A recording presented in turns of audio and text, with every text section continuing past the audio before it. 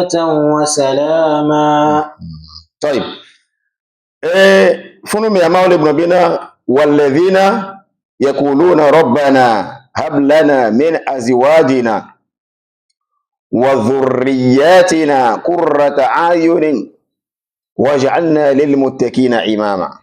والفنا لن يمي جاسو ادو والفنا ملا بنا ربنا ملا سويري parce que eyan de be ke gbon gbona ibi na kudo ameke oyona wa bi mawu bina aw mi mawu hablana min azwajina wa zurriyyatina qurrata ayun na ni mi aso kudo mi abevio kudo wa mi abevi bevio oneyin yani qurrata ayun lana oneyin nku enu ke mi ate no po alo ni mi po wa be ku ere ki olayin bobo kunami olayin vivi sesenami voilà ni kwa na ni ba yin nene mi abevi okuro mi ason okuro mi abevi bevio ni kwa waj'alna lil muttaqina imama anna ni mi apata mi ayin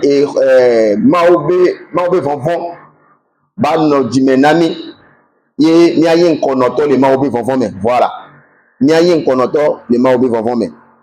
Naam, voilà aya wọn ke ma o so yan wọn ba ina mi abina nene ba me o ki o le wo nene ba du ana wa be fi wo wa wo ja do yani ahu gan me le aljanna me bi mana etage me yo ja no le aljanna me ni kwa ye ebe ko la do wa no no inu ke o salamun alaykum wala la wala no do no wa no vo afi ke mi ami le dia so le fun wa adu àwọn emi ami hian ye adu àwọn eji alo enyona jilani bano wona ebivio bin rabbana hab lana min azwajina wa dhurriyyatina qurrata ayun waj'alna lil muttaqina imama. Adu anyode wallahi et de suratu furqan me verset 114. Now et de quoi et ya le suratu ibrahim verset 40 nge ya gbon jabe rabbi ij'alni na'am. أعوذ بالله من الشيطان الرجيم رب اجعلني مقيم الصلاة ومن ذريتي ربنا وتقبل دعاء. Voilà. Igwa ewa adua ke won ebi le gbo be ne be adua ya o ke mi ke ile alquran mi effectivement be na ni o yin sujud me le egbedo da me omu wona omu hena alquran le funu voa aya ke to be na eso rabbana eso du'a da si ade ne be aya wa nyaten hena le sujud me si be ya sa ke gbo be rabbi ij'alni muqimas salat wo ma nani manyi ameke lati no so le egbedo da me. Est-ce que on peut de tout bon toi de comme kengwe aya tout bon toi. Donc le premier verset on a dit que Allah nous a, ou bien les meilleures invocations que les parents peuvent faire sur leur enfant se trouvent dans le Coran et dans la Sunna du prophète Muhammad sallallahu alayhi wa sallam. Donc le premier verset à travers lequel on a une invocation que les parents peuvent faire sur leur enfant se trouve dans Sourate Furqan au verset 114. Donc l'invocation nous dit, donc Rabbana, ô notre Seigneur, fais de nos épouses et de nos descendances, donc notre descendance, nos enfants, les enfants de nos enfants, faites qu'ils soient source de bonheur pour nous. Donc l'invocation nous dit que Dieu fasse que nos épouses et nos descendances soient une source de bonheur, quelque chose qui va nous apporter du bonheur. Et également qu'Allah fasse que nous soyons de bons guides pour les hommes pieux.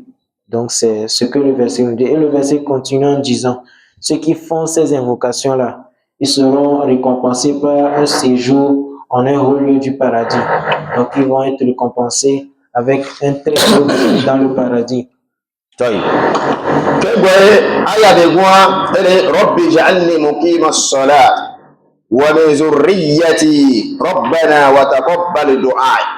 Suratu Ibrahim be o mawo na manyi soso le egbedo da me di mana yen gba no rati egbedo da o egbedoda yani ba no gameji mano sosomele egbedoda me wa min zurriyati kudo descendant yo c'est-à-dire evinye bevio eja evinye kudo evinye bevio wapata onele egbedoda sesede oni no so le egbedoda me ipa rabbana wa ma wa taqabbal du'a abaho yoyo yin atonam le yoyo kin le yo akho adua yin nam ewon se adua yin de be yin ki to be jilala te no wona eviao mo evia de ka evia kudo evia be nya ko bi na allah akbar para o de le a o wona ne ba do adade na wa be bio yemi la po le famille do nya ko bi na wa eniyan la po yin na ne eniyan la jo le wa to dia ela je vidi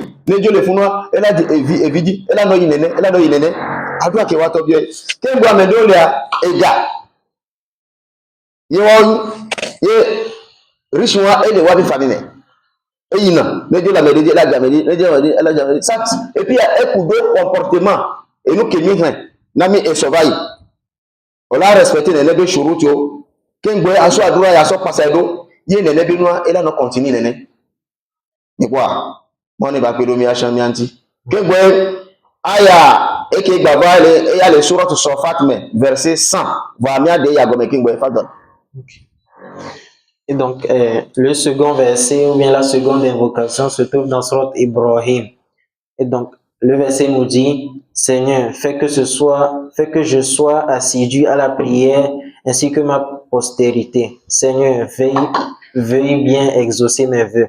Donc, l'invocation nous dit, on demande au Seigneur qu'il fasse qu'on soit assidu à la prière, qu'il fasse qu'on soit régulier et qu'on prie chaque fois, qu'on prie à l'heure. Et donc, on nous dit aussi que on prie Dieu qu'il veille ou bien qu'il exauce nos invocations.